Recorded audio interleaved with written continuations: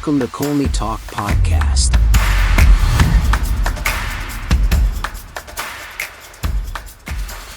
Hello, everybody. Hope you had a good Easter weekend. You are listening to Colney Talk Podcast, a bite-sized show. I'm your host, Alex. First-time guests, thank you for joining and welcome. And to my returning listeners, always glad to have you back. On this bite-sized show, I talk a little bit about Arsenal game and pick out my top 3 Arsenal players who I think were great in the game and one other player I consider the other guy who just had a poor game or not good enough. We are truly at the top of the most stressful series of game, and a trip to Anfield is just huge. I know, like many of you, my heart just couldn't take the anxiety because there is so much at stake, and it's the hope that gets you sucked in, but why not? So diving right into this game, a hot start, end to end, from an Arsenal corner to Liverpool fast break. The Gunners looked up for the game, and the heavy press that they were imposing and their position just really showed how much they really well stationed into the start of the game. Both teams working together, early control in the game. You could see Liverpool stage in a man-to-man looking formation to pounce on an early bad pass that they usually excel on. Arsenal were able to just ride past that press in a very early and stable control fashion. Absolute composure and sequence of passing on the first goal. Like, it was just beautiful. Clearly, you can see the visiting team, Arsenal, were just much more alive and the heels were really up when the ball was in the air for a challenge. I was just amazed how at some point in the early, minutes of the game, Liverpool just couldn't touch the ball up until we got very close to the box, and then they had to really, close right in and gain control. And that's how it continued. And Arsenal didn't give Liverpool a chance to grow into the game. We had another good chance from Jesus early on. Then Liverpool got their first chance on target from a lost possession, as I mentioned, in the middle of the field. And it just started to look like a swinging game of control. Here we start with ref alert. Like, why give Ben White the yellow card? Like, just didn't make sense. It was a scissors tackle, which he recovered cleanly. And I don't know. I mean, it's just one of those bad calls, or I would assume it's the pressure of the crowd and the expectation, because all eyes were on this primetime game. Anyway, a quarter into the game, there was more calmness watching Arsenal, and the team was they were playing really well. Then we got another amazing goal by Jesus. The home crowd just got so quiet. I couldn't believe it. So far, Arsenal were just out fighting Liverpool and trying to stay composed in the process. Not an easy thing to do on that ground, I know for sure. But then I must have been spoken too soon, because we got caught up by a bad pass. We had a couple of that, and Salah, he just had a clear chance to pull the ball in the net, but luckily he missed. Then the momentum started shifting back to Arsenal as we were fighting back to get that control that we established early on. For the second balls, closing down on attack to gain possession and pressing all the way, to the other end. We played really well this half. Then it started getting messy. I mean, I would have preferred if Xhaka just stayed down and rather than engaging with Trent. I mean, there was so much tension, so much emotion. Impossible to think the ref would do anything otherwise. I mean, he could have just let the game go on. It would have made for much interesting drama without showing all this yellow cards. I mean, there were quite a lot of them in this first half. Anyway, that clearly got the home team and the fans fired up. Tensions were just really growing, but we just needed to stay calm and hold off until halftime because we were leading at this point. And then good save by Ramsdale. I just had to draw more breaths here because it was just nerves that I didn't really want to see. Start of the second half, Arsenal looking very alert to gain ball possession to try and dictate the game, but that was getting very hard to do. It was Arsenal's turn to do a lot more defending in their own half. Then we just conceded a penalty. Very weird call, but I can't argue against it. We caught a break there on Salah's miss.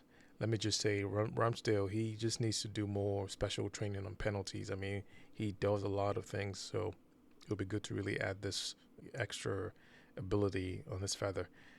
But then that got us rattled. We just didn't settle into the game. We got Ramsdale there again to save us and keep our lead. Another close chance. The game looked like it turned on its head here, folks. We lost our steam, perhaps. This was to be expected, or a couple of other factors that gave Liverpool life. They could really cut life at this point of the game. And, in the second half, coming in, trying to catch, trying to close the lead and take the lead. There was so much for them at stake playing at home. The Arsenal team were just suffering and covering for each other as the game looked like it was tilted towards Liverpool, with so many crosses whipped in the box and corner kicks for Arsenal, and it was just a whole lot of defending that we had to do. Then we caught a slight chance for Saka to do something, but it was just a painful miss. I mean, we had good chances to really score and close out this game. The good thing was Arsenal, we were comfortable in defending so well that the dominance that Liverpool had with the possession didn't mean much, because the glimpse of the counter attack we had really presented very good scoring potential by our breakout passes that we saw by Jesus and Xhaka. So those were really encouraging. And I mean, there was so much confidence in the way we were really locking down that defensive posture at the time when there was so much, attack and press from Liverpool. And then over time, it was just it was time to get a sub going in. It was interesting to see Kivior in for Odegaard. I guess, it was definitely full lockdown mode just to hold this lead, but we would have lost that lead when Nunes had a clear chance to score. That was another super Ramsdale unbelievable, effort. I mean, he did a lot of that to save us and keep our lead. He did so much.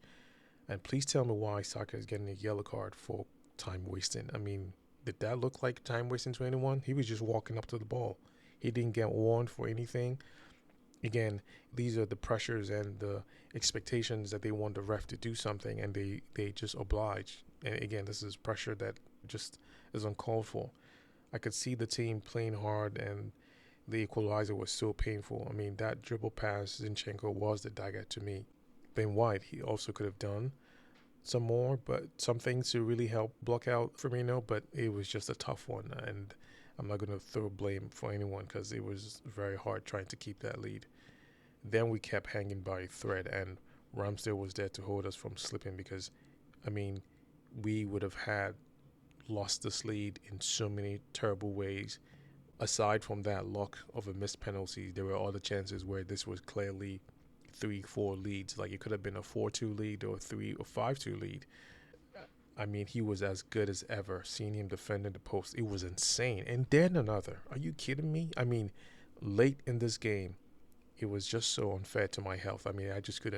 I couldn't take it anymore. You can imagine fans and all the other folks.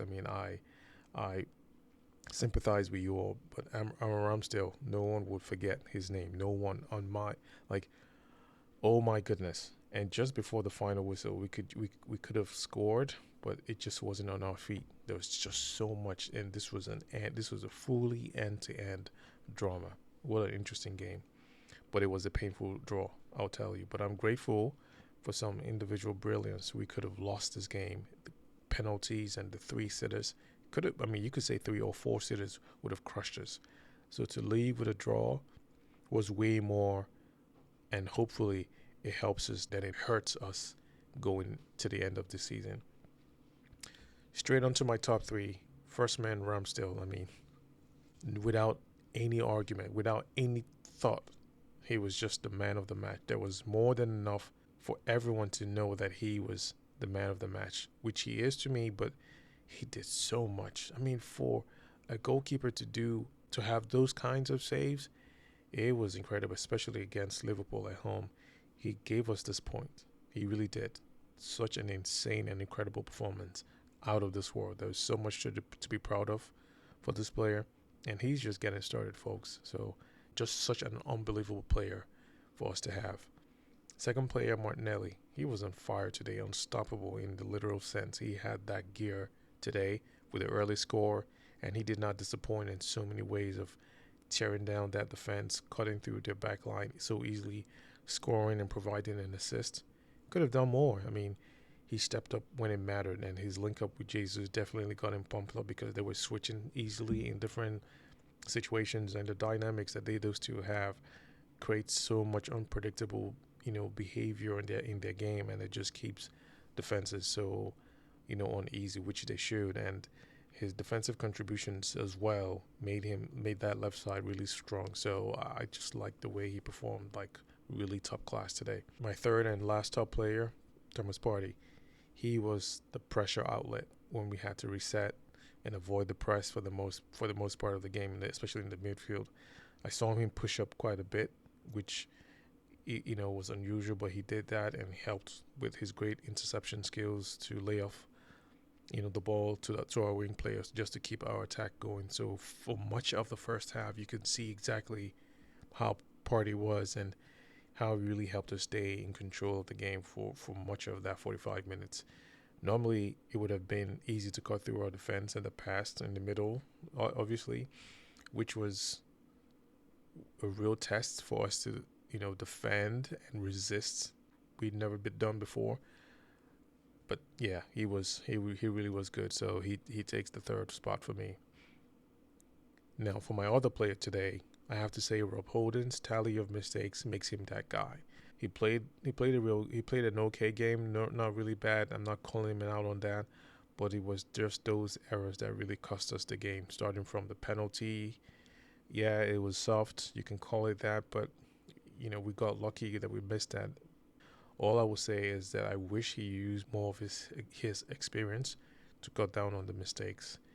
But hopefully we don't go through that, experience that for any more of these games coming up. And I'll leave it at that. Folks, there is so much to be proud of despite this painful last-minute equalizer. We would have lost this game. We've said that in different games where we were going to lose or we should have lost this game. This was not it. We had the lead.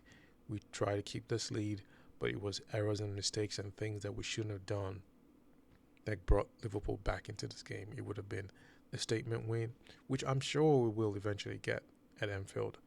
Eclair would have been much worse, so look at it as our hard work helping us out today. We'll pick it up from here to keep our chase strong. Ramsdale, Martinelli, and Partey make my top three, and Rob Holding the other player today. And with that, folks, I'll leave it for here now. Talk to you all later.